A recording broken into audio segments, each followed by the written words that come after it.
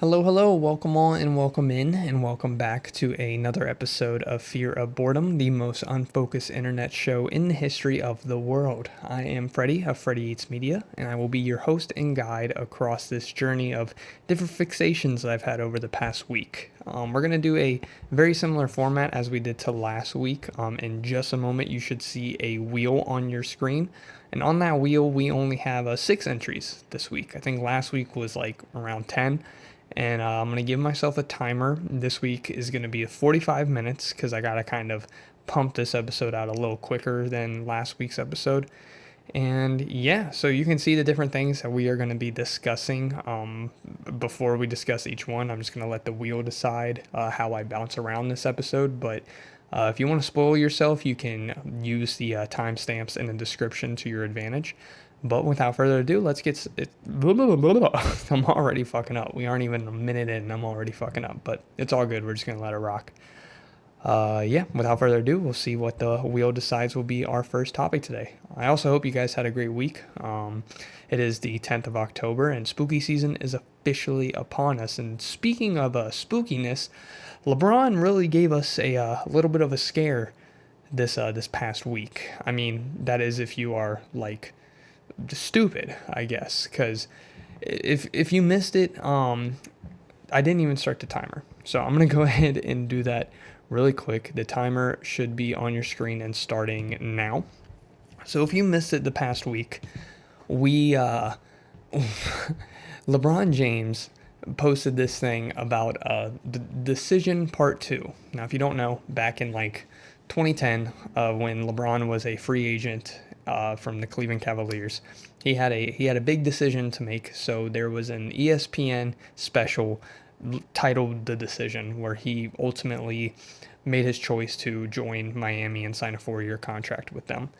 And this past week, he teased a decision part two. So a lot of people were kind of wondering, what does this mean? Like, could this be retirement? Is this him going to a different team? He wasn't going to go to a different team. He's still under contract with the Lakers. So unless he was deciding to trade himself, which would be pretty difficult to do, a lot of people kind of thought that this might lead towards like retirement announcement.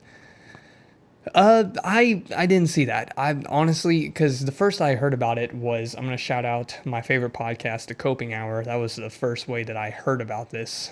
He thought because Amazon Prime is having a new deal with the NBA this year and going to be showing a lot of games on their streaming service, that it had some sort of partnership with that.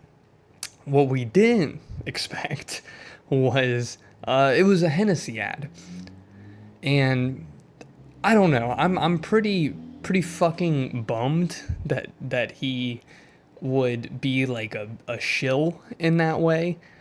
I mean, good on him. Way to get the bag, way to get eyes on it, because you know that when he teased that for the October 7th announcement, that a lot of eyes are going to be on seeing what it was he had to say. But I don't know. I found it kind of like tone deaf in a way, especially when we're at a certain point in the year. You can argue that it's a great marketing strategy. I just find it like incredibly lame overall.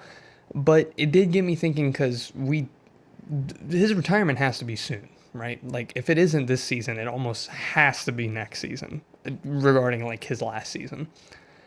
And I wanted to take a few moments to kind of do a little bit of a retrospective on LeBron's career, because up to this point, I mean, LeBron's probably my favorite player, and I would say a lot of people within my generation would agree with that statement.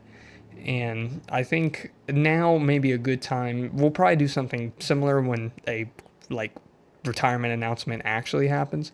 But at this point, I think would be a good time to kind of look back on the career that LeBron has had, at least with me personally. So I didn't start watching basketball until like 2012, I'd say, and I was drawn to the Celtics because that was the team that my stepbrother rooted for. So I decided, why not? I'll root for that team as well.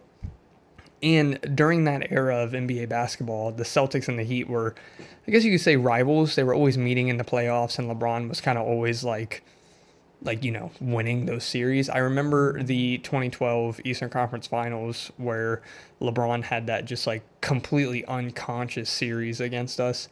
I say us. That's a whole different thing. I think past episode of Fear of Boredom, I've talked about how I've kind of my fandom for the Celtics have is kind of shaken a little bit, but I would still consider myself a fan. But that's neither here nor there. But I remember, so at that era was definitely like LeBron's villain arc, right? And I was all for that. Like I loved to root against LeBron, and it wasn't until his return to Cleveland that really like made me appreciate him as a player, and really see just the sheer greatness that was, because I didn't see the whole first Cleveland era. So it was then, and then more so that 2018 season where that playoff run where he just dragged that team to the finals. I don't really have, like, all this stuff has been said time and time again. I don't really have that much commentary to add, but especially that Eastern Conference Finals where it was we were pretty much led by rookie Jason Tatum because Isaiah Thomas was hurt with his little hip injury. And we had second year Jaylen Brown and rookie Jason Tatum. And that series went to 7 games, if I recall correctly. But that series and everything leading up to that point definitively made up my mind that this is the greatest basketball player that I've ever had the pleasure of watching. And there's obviously always going to be the GOAT discussion, and you can have your opinions, whatever they may be. For me, it is LeBron. I think LeBron is probably the greatest basketball player to ever touch the ball. And I don't know. I mean, it's just it's going to be hard whenever he decides that it is officially time to hang it up, because I just don't know. In the past few years have the NBA like media landscape has done a really, I don't know, how do I want to word this? Trying to think about how I want to word this. The whole who's the next face of the league. And I think it is a good question. I think that it's kind of been overdone up to this point, but it is interesting, especially once it happens. You know, when it actually happens, when we actually have the start of an NBA season, knowing that LeBron James will not step on a court this entire year. I think it'll be interesting to like experience that and fully take that in and understand that it is officially over. Because let's face it, I mean, his last year, somehow, some way, he will probably will them to the playoffs. I don't think there's another championship run in LeBron. I just don't see it. So obviously it's going to be really hard to know when LeBron's last game will be. Well, obviously know when his last like regular season game will be, but it's really hard to tell when his last game will be because he'll likely make the playoffs. And I don't know. Again, I'm going to reference Coping Hour. I remember he had said something around the line of, wow, I can't talk today. He said something along the lines of, this will be like the Eras tour for like men. And I sort of kind of agree with that. And I've never gotten the chance to like see him play live, so that would be something that I would really, really like try to do once he does decide like this will be the last year. If not sooner, like maybe I'll try to do it this coming season. I highly doubt it unless they come to Indiana. But even with like load management and stuff like that, it's really, really hard to really plan around that kind of stuff. But so you have the second Cleveland era. They get one championship in 2016, which I remember watching that game 7 at my mom's house actually, and it was just so cool. I don't think a sports moment will live up to just how cool it was to know in real time that you were watching something like that. You know what I mean? Like the whole 3-1 comeback, and in that moment knowing like what I just watched cannot be super comparable to anything that's ever happened prior to this. So I don't know. And then the whole Lakers thing's been like so, I don't want to say anticlimactic because I mean they got a bubble ring, which is cool, I guess. But I don't know, it just seems like a really lame way to go out. And that's, I mean, I am a Celtics fan, so it is like easy for me to say that when they're on their quote unquote rivals. but it would be nice to see him get like one last run, like one last dance or something along that lines. But I just don't really see it happening. I don't really know what else I wanted to say regarding LeBron. I was just really pissed off at the Hennessy ad, and I thought that somehow, some way, we could talk about him, I guess. So that's really all I have for that. So we're gonna go ahead and spin the wheel and see what our next topic is going to be. And it looks like it is slowing down. Okay. So we have our first comic topic that we'll be talking about. So I read Arkham Asylum, Serious House on Serious Earth recently.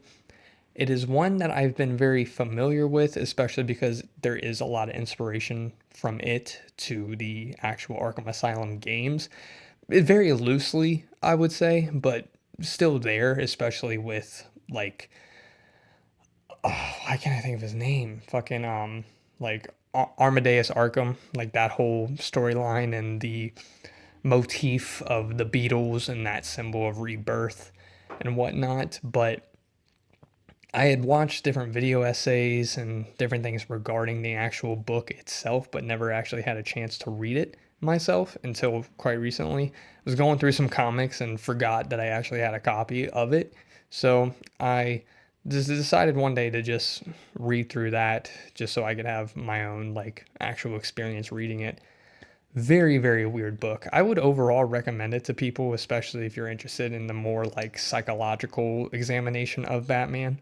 But my thing specifically is I really don't like this version of Batman. I wouldn't say I wouldn't necessarily say I hate it, but he is like kind of a pussy, like if I'm being for real. And not like that's not me trying to be like I don't know, but like it's good for Batman to show fear, but he shows fear at the expense of like other people's well-being, which I don't think is really Batman. But I also think that's kind of the point. But overall, I mean, like I love the artwork. I'm trying to let me Google real quick. I still got a little bit of time. I'm gonna Google real quick who did the art on this because I know. Well, that's really hard to type and talk because I mean Grant Morrison wrote it, so I'm familiar with his work. I haven't read like a ton of his work, but Dave McKean loved his art. I love Dave McKean's art in this and the whole psychological horror vibes that it gave. But the story itself, I think, was maybe a little hard to follow for me, at least on one like experience of reading it. I do think that it requires some rereads for me to like fully grasp like what it is that it's trying to tell me. But all in all, I mean, like if you like Batman and you like the more horror aspects that can come with that character, especially with a setting like Arkham Asylum, because I mean that I will give it praise for. The setting and the atmosphere of this book with McKean's art is super impressive, and I really appreciated that. But like all in all, I just don't know if it was necessarily for me, especially like what I'm looking for in a Batman. But yeah, I mean that's really all I have to say about it. I recommend it. I think that it was all in all like it's a good piece of art. I think it's very influential in how Batman is carried in like that time frame, I guess, like around that time.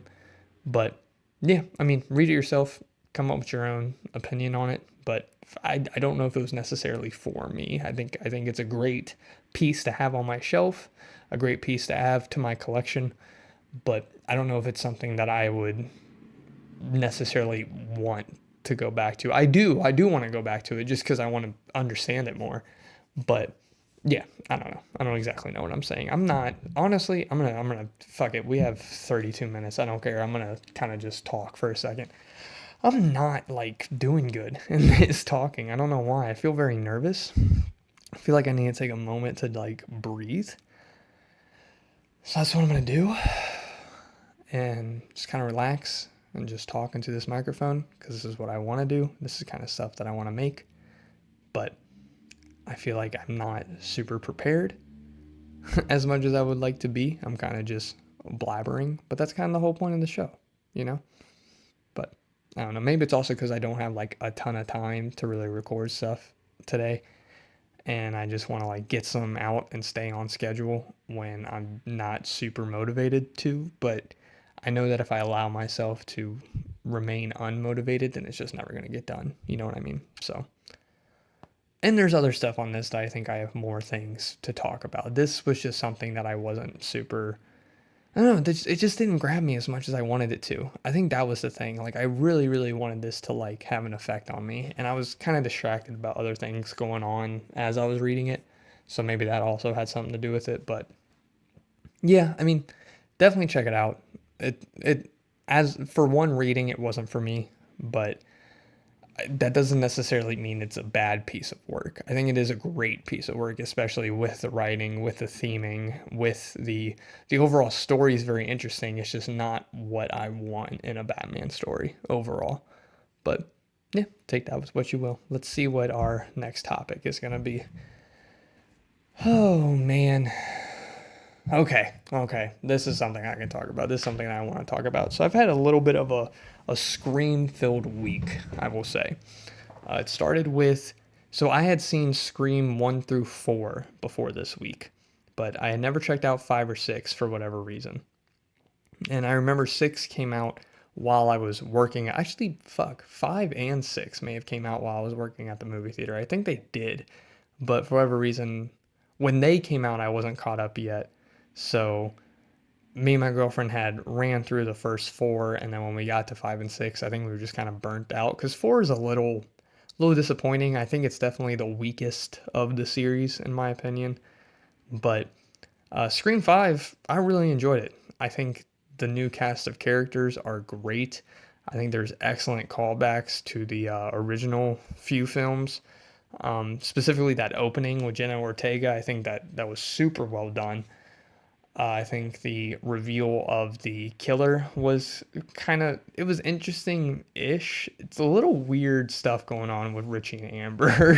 I don't, I haven't really delved down to like Scream fandom to know if other people felt about that, but like, so like was dude like talking to a minor? Like, is he a creep? Is that what I'm trying to get? Is that what we're supposed to get out of this? Because that is what I got out of it. You know what I mean?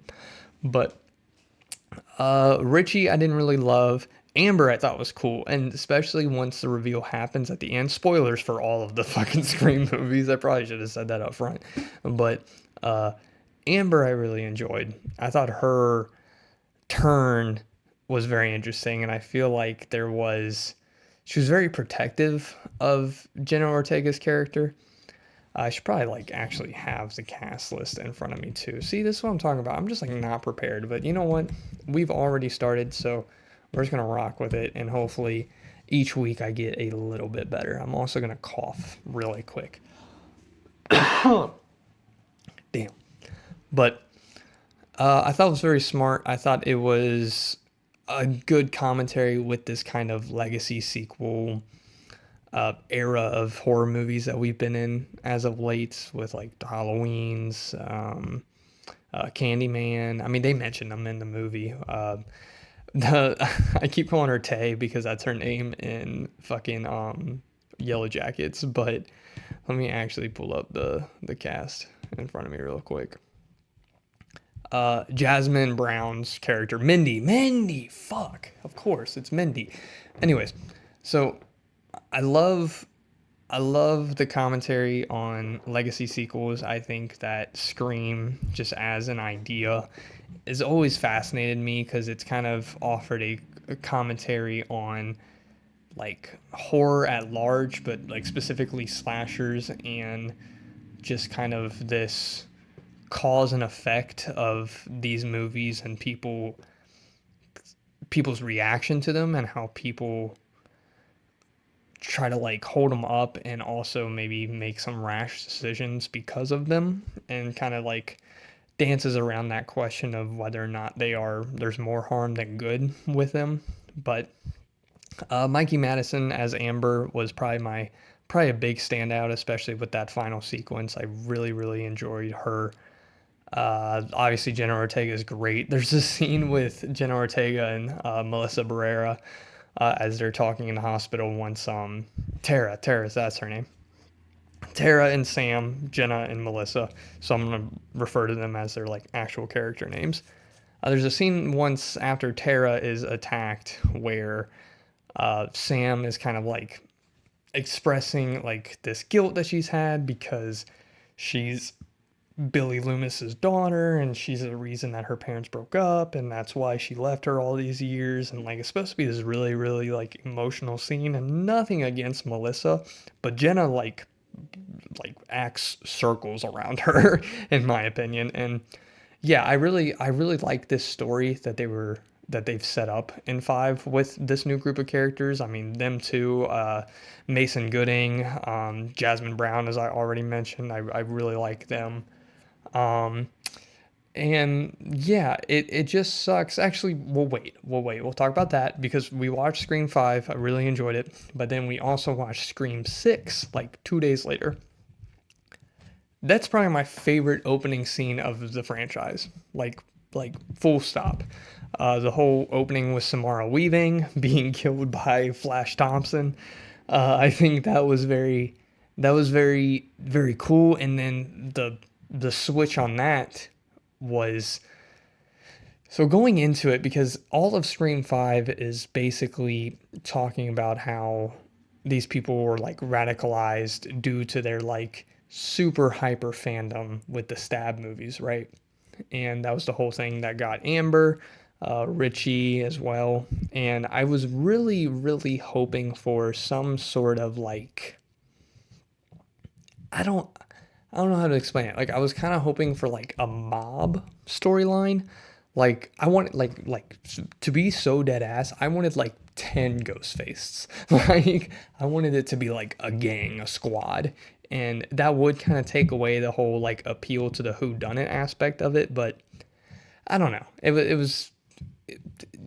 wasn't that, but I did love the story that they gave us. I think that one, it's the first time we've had three Ghostface, which I thought was super neat, and I liked how it did bring back the stuff from the fifth movie, because that's what all of them do. I mean, you got you got the first one with Billy Loomis. He's pissed off because Sydney's mom like cheated with his dad and tore his family apart. So there's that. And then in the second one, it's the second one where Billy's mom is now upset because Sydney had her kid killed, so she kind of orchestrates this whole thing to go after Sydney again. And then in the third one, I don't think there's anyone coming back. No, the third one's where it's the director, right? Like Roman, is that his name? Roman or something like that? The third one is just one is the only ghost face that we've had. I'm really bouncing all over the place. Let me just actually stick to what I have written down. Anyways, so Scream 6 was one of my favorite openings of the franchise. I really wanted them to go with the whole mob route, but I did like the whole three ghost face and how it also tied in the events of the fifth one, as I mentioned. Um, but it made me really, really interested in what Scream 7 had to offer. And I was reading some of the plot details, and it sounds like that they're going to go more so with the Sidney Prescott story again and bring her back, which, cool. That's sick. She wasn't in the sixth one, but honestly, I didn't miss her personally.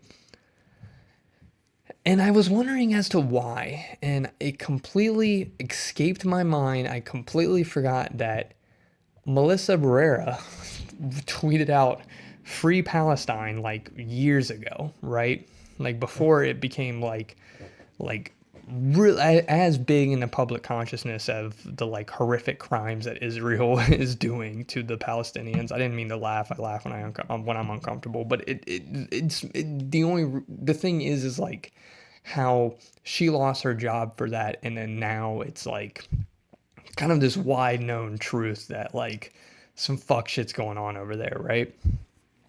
But so she says that, and that kind of what boots her from the movie, and I'm pretty confident like other actors just kind of followed suit and just left the project, so they had to completely pivot with this whole setup that they had with their trilogy, and that's super disappointing, man. That is like so disappointing. The only positive that we could get, I barely want this movie to come out anymore, but the only positive that we can get is hopefully it's like a finality to the Sidney Prescott story, similarly to how like Halloween ends. Hopefully, Jesus fucking Christ, hopefully is an ending to the Laurie Strode story. And if they do ever like revitalize the Halloween franchise, they just go with a completely new story. Basically, you can still do the whole him stalking babysitters or whatever, but it doesn't have to be Laurie Strode. So that's the only thing that I'm kind of hoping for Scream 7. And the other thing with Scream 7 is that if it does come out, and there's been talks about Matthew Lillard coming back as Stu, and like what are they going to have to say? You know, because that's the best part about all the Scream movies is this commentary on the world and the slasher genre as a whole. And like what would they have to say now that they've completely pivoted from whatever was set up originally with this trilogy? I don't know, but that's most of what I have to say. I have to my screen recording is probably going to be all messed up now, but I had to remove screen from this because my like phone like completely glitched, I guess. But that's all I really have to say on that. Oh no, there was a little bit more. I did actually go back and while me and my girlfriend were just like kind of hanging out, we didn't have a whole lot to do. I think I had some laundry to do or something and was cleaning up. So I saw that Scream, the original, was available on YouTube TV. So I just decided to throw that on, and oh my God, does that movie rock! It's fun to watch, especially now because this is my third or fourth time watching it, like in full. And the most recent time was when I was showing it to my girlfriend for the first time because she had never seen it. So I knew who the killers were, but she didn't. So I was really trying not to like give away obviously who the killers were and not seem too obvious while watching it. But now that that was kind of not something to worry about, it was really fun for us to kind of watch these scenes knowing who the killers are and kind of how obvious it is the whole time. I mean, maybe it was obvious the first time I watched it too. I don't quite remember, but and maybe it was obvious for the original audiences. I obviously don't remember. I wasn't born yet, but it definitely was fun to watch in hindsight and like knowing the reveals. So that's really all I had to say about that. So we'll move on to our next topic, down to the final three, and we've got the Bengals.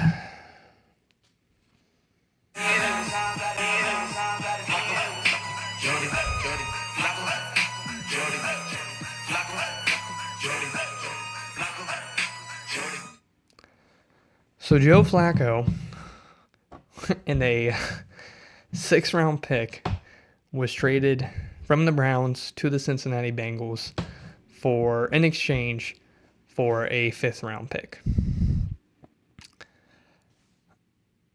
Cool. I hope this works, I guess. I don't know. How do we really think this is going to go? Like, what is... Because there's been talks that, like, some people think that, like, fucking Burrow will be back in December. I fucking doubt it. Like, I just do not see that. Maybe if he can keep us, like, somewhat afloat, I fucking guess. But, like, how do we really think this is going to go? The O-line is still dog shit, you know? Let's look at the schedule. Let's look at the Bengals schedule coming up. So, this Sunday will be Flacco's first start. I am overall excited because Jake Browning just like has not been able to cut it. But so his first start is going to be this Sunday against the Packers. I don't think if Flacco is able to figure it out with the Bengals and we're able to get some sort of momentum, it isn't going to be this game. I don't think this is going to be the first game that like he's just going to be on. I would love to be wrong. But also, sidebar, I'm looking at the schedule right now. It's insane that we are 2-3 and second in the AFC North. Like, that's kind of nuts. But we've got the Packers. It's probably an L, if I had to guess. The Steelers, who are playing pretty fucking well, and Aaron Rodgers seems to, like, actually kind of have some fountain of youth in him. So, that's probably another L. So, that puts us at 2-5 right now. Jets, maybe. I'll give that to us. I think we could pull it out against the Jets. So 3-5. Bears, that's possible. That's possible. And after a win against the Jets, maybe we get some momentum, beat the Bears. So fuck it. Let's do 4-5. Steelers 4-6. Patriots, Patriots are strong this year, man. I have Drake May in fantasy, and dude, I got shit on and laughed at for that.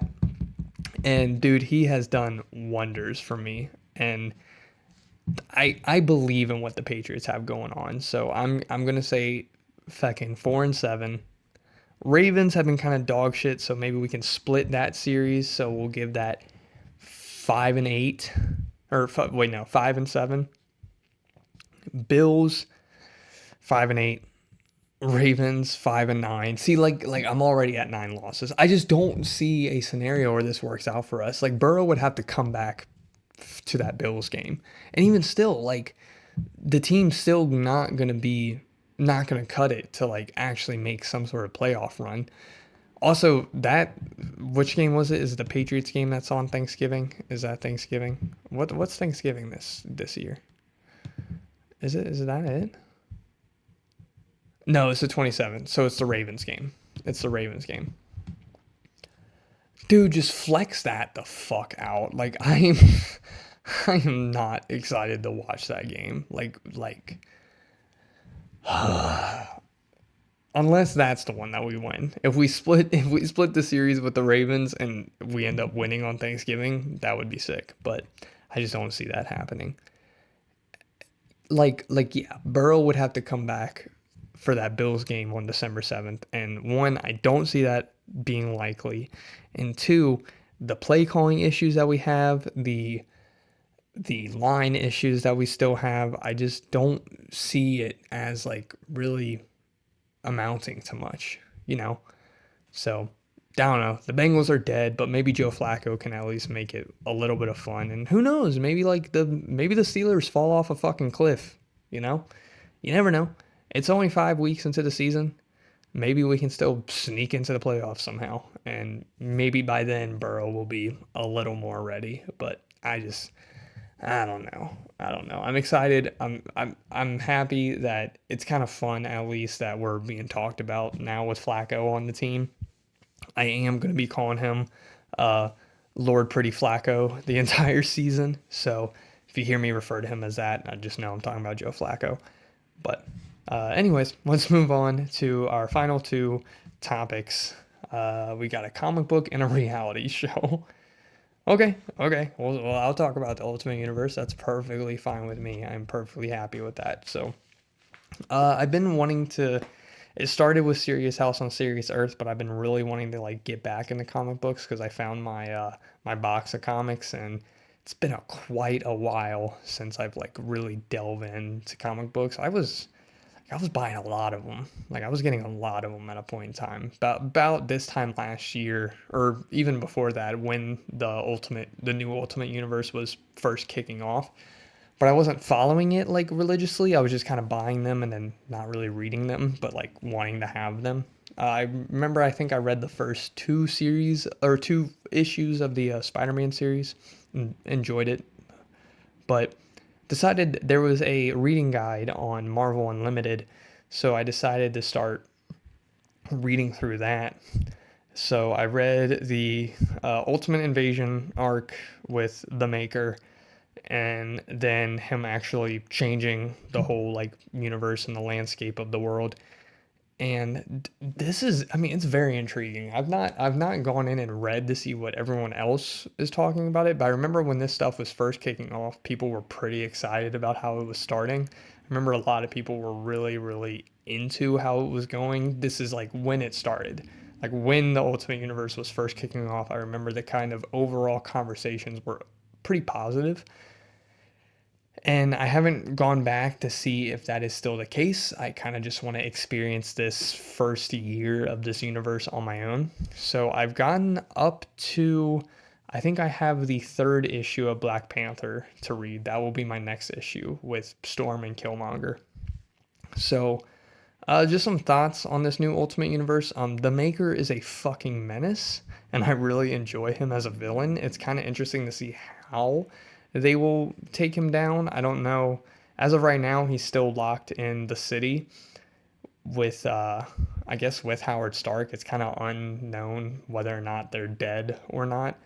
But uh, you had Kang come in with a bunch of these heroes, and then Howard took off Kang's mask, and it's not revealed to the reader, but he had a very clear response as if he knew who was under there. Is it Tony?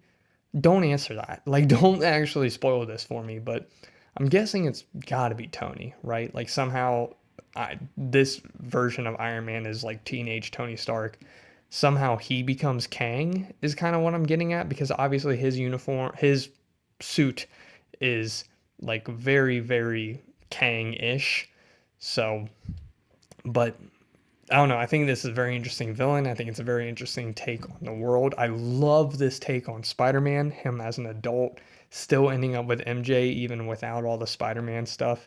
Because if you don't know, so maybe I should probably like set up what this universe is. If you don't know, the Maker is a alternate universe. It's actually from the original Ultimate Universe in the 2000s and early 2010s, where it's an alternate version of Reed Richards from that universe who like turns evil, right? And what he does, he basically builds this machine that allows him to go back and take all of the events and different things that creates this world of superheroes so that he can kind of build the world in his image. He's basically playing God, right? So we don't have Spider-Man's not bit by the spider. Thor is he's obviously still Thor because it's really hard to change that. Like there's a few things that are very very hard to adjust, especially with like the kingdom of Asgard as a whole. But he was able to like manipulate Loki to kill their father, so now Loki has the throne and Thor is a prisoner of Asgard. Different changes are like Tony, as I mentioned, is a teenager. Um, like like like Peter Parker is older than Tony Stark in this universe, which is kind of interesting. I'm kind of intrigued by that dynamic. But Wakanda still is seems pretty much the same as it is in most universes. I'm not super familiar with Black Panther comics, but from what I know, from what I have read and what I know from the movies, a lot of the stuff that they set up in this universe is pretty for the course. The one thing that I'm really, really intrigued by is Ultimate X-Men. I've only read the first issue, but there's a lot of like, so it's Peach Monoke. Is that how you pronounce it? Let me see real quick. Should probably have this planned out. I'm running out of time. I have less than 10 minutes. Peach Momoko. Her art and writing is very, very interesting. I'm very intrigued by it. There's a lot of horror elements with it, and um, a lot of her culture's like influence with the storyline. So I'm very intrigued to see where that goes. But so yeah, so a lot of these people don't. A lot of like the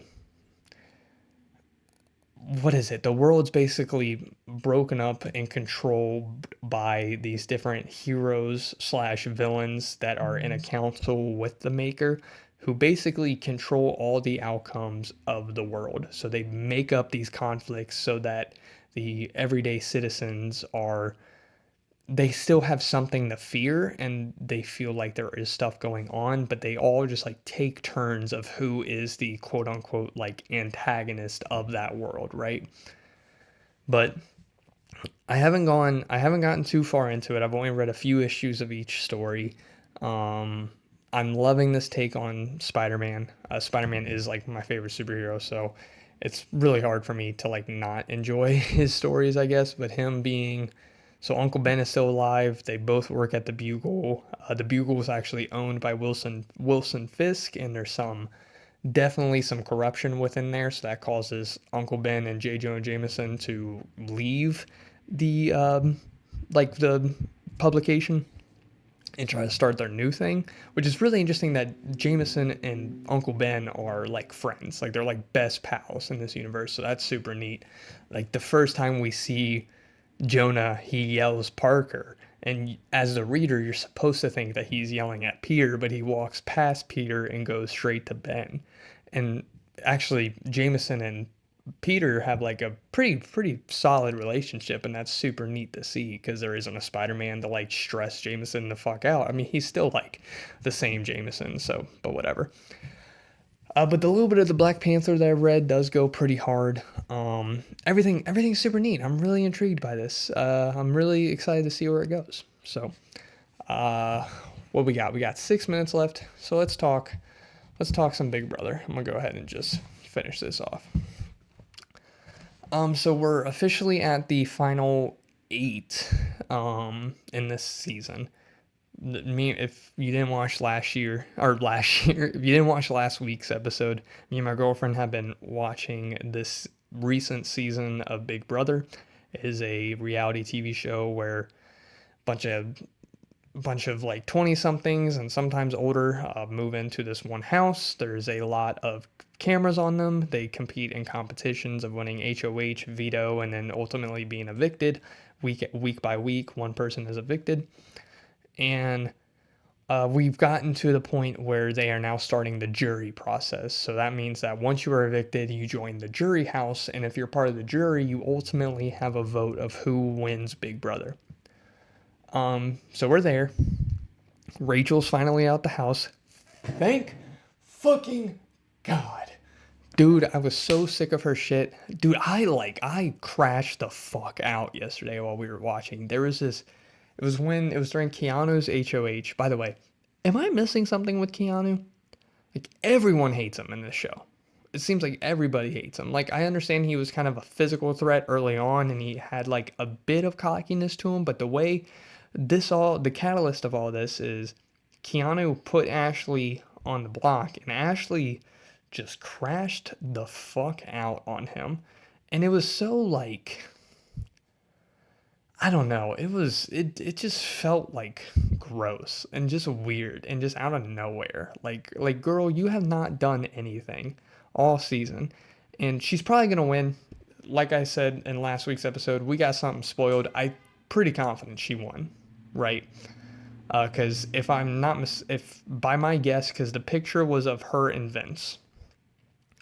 And if you watch this last season, rightfully, Vince just will not have the votes in jury because he has fucked people over time and time again.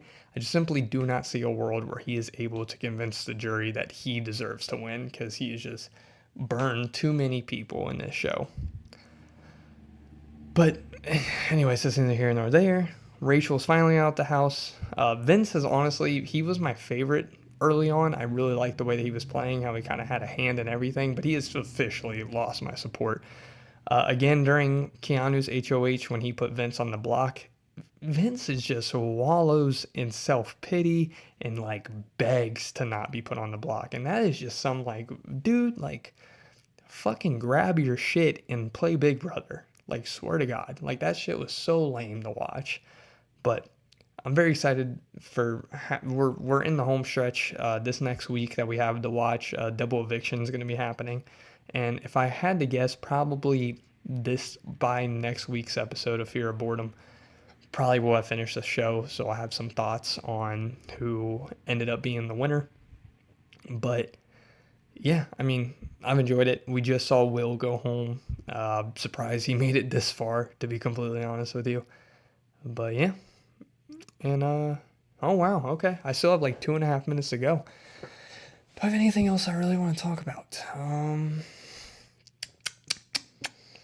don't really think so. I think I might just cut this one early today. Still gonna have, so as I mentioned last week, I'm going to be starting a new podcast called Slight Focus, where each month we're going to have a series of horror films or just films in general, but I'm probably going to try to stay in the horror realm this month with it being Halloween. Of course, I got to talk about the Halloween franchise. It's my favorite horror franchise, so Starting on the 17th, we're going to talk about John Carpenter's Halloween from 1978. And then the week after that, it'll be Halloween 2. And then finally, for Halloween Day, it'll be Halloween 3, which I have not seen yet. I know I said this is my favorite horror franchise, but it was because I was a big Michael Myers guy. So I haven't gotten around to Halloween 3 yet, and I purposely wanted to make my first viewing of it be this Halloween, possibly. But we'll see. I probably will watch it before, because if I want to release something on that, I'm probably going to have to watch it before. So, yeah, I actually think there's a showing of it in a theater nearby. But yeah, that's really all that I have for you this week. Not super proud of this episode as I was in last week's. I actually have notes this time, but I don't feel like my flow has been as good as last week's was. But, we hope to improve week after week. What are you going to do? There's only so much you can do, I guess. But, yeah, that's really all that I got for you today. If you did like this and you want a little bit more of me, you can check out my letterbox. It's at Freddie Eats Media. As I mentioned, I'm going to have the Halloween series coming out, maybe a long walk video coming out sometime this month. I also am going to try to bring back Horror Roulette. I've been seeing that my Drag Me to Hell video is boosting up in views in the past couple of days. I mean, it's only at 100 views, but still, that's big for me. So, and I dropped that a year ago. But yeah, make sure leave a like, subscribe if you're into it. I hope to see you next week, but if not, I'll keep the seat warm for you.